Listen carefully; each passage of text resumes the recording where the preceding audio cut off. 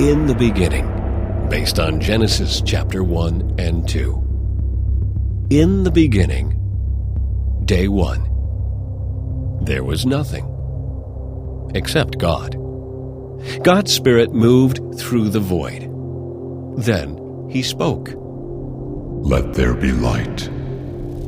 Then God separated the waters of the nothingness into the moisture and clouds of the sky above, and the drops and waves of the ocean below. God named the sky heavens. God named the lower waters the sea. He gathered together the waters of the sea, exposing dry ground. He named the dry land earth. On this land he made grass and flowers and trees. He made them with seeds so they could grow more grass and flowers and trees.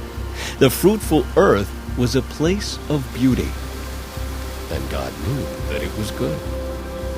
Then God fashioned the sun, the moon, and the stars to light the earth, and he set them in the heavens to mark the days, seasons, and years. God said, "Let the water be filled with living creatures," and the seas and the rivers swarmed with whales and fish. God said, "Let birds fly through the sky," and the open sky above the earth was filled with every kind of flying bird. "Be fruitful and fill the earth," God said, as he blessed the living creatures of the sea and sky. And God knew that it was good.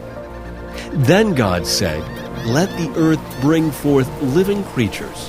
And God made all kinds of animals, wild ones, tame ones, even those that crawl on the ground. Then God created the first man, Adam, and the first woman, Eve. They were the greatest of all God's creations because he made them in his own image, to be a reflection of what he is like.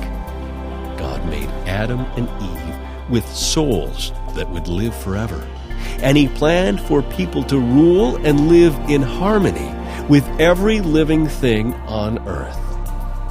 God looked at everything that he had made, and he knew it was all very, very good. And on the seventh day, God rested. God showed Adam and Eve the beauty and fruitfulness of the garden they lived in. He told them, "You may eat of every tree except one, the tree of knowledge of good and evil. If you eat from that tree, you will die."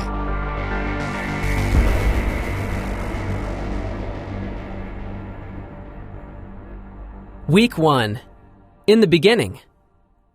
Key verse. Then God looked over all he had made, and he saw that it was very good. Genesis chapter 1, verse 31, NLT. X-ray vision. You know what's crazy? Salmon swim up rivers and rapids to the exact same spot they were born. Birds fly thousands of miles each year to find the best weather, food, and nests. Some butterflies do that too. The ocean is so big, we still don't know everything that's in it. No two snowflakes are exactly alike. Think about how many billions of snowflakes there must be in a single blizzard. The sun is about 28 million degrees Fahrenheit at its core, but it never burns up. You've probably learned some amazing nature facts in school.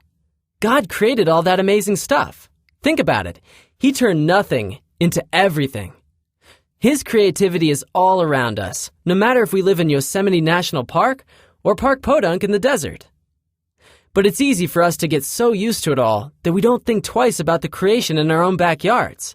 We get stuck in front of our video games and screens, and we forget there's a real world way cooler than HD, and a creator who's way more powerful than any action hero. Sometimes we need the wild to give us a wake-up call. We need a reminder about just how ginormous and mind-blowing our God is. Your mission. 1. Go outside. Look around and write down the miracles of creation you see, even if they're all in your backyard or local park. 2. Read Psalm 19 out loud, outside. 3. Stargaze. Stare into the night sky from your deck. Your debrief. What's the most amazing thing in nature you've ever seen? What does creation make you feel about God? How big do you think God is?